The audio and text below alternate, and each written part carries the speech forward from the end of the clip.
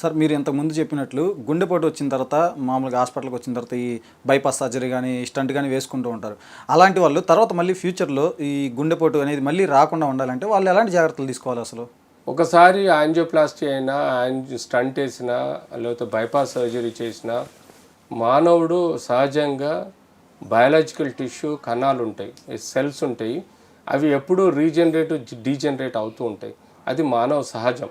So యూజువల్గా మళ్ళీ stroke రాదు, ఇక పోదు అన్న విషయాలను పక్కకు పెట్టేసి ఎప్పుడైతే ట్రిపుల్ వెజల్ డిజీజ్లో బైపాస్ సర్జరీ అవుతుందో, ఎప్పుడైతే సింగిల్ డబుల్ వెజల్ డిజీజ్లో యాంజియోప్లాస్టీ అవుతుందో వాళ్ళు ఇంకా జాగ్రత్తగా ఉండాల్సిన అవసరం ఉంటుంది. ఎందుకంటే వేసిన స్టంట్లు కూడా బ్లాక్ అవ్వచ్చు, మళ్ళీ రక్తనాళాలు జామ్ అవ్వచ్చు, బైపాస్ చేసిన రక్తనాళం కూడా బ్లాక్ అవ్వచ్చు.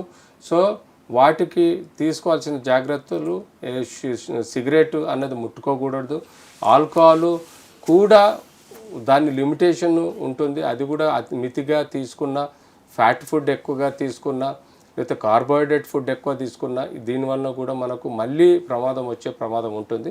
అన్నిటికీ తోడు స్ట్రెస్ అండ్ స్ట్రెయిన్ అంటే మెదడుకు ఎక్కువగా స్ట్రెయిన్ చేసినప్పుడు కూడా అవి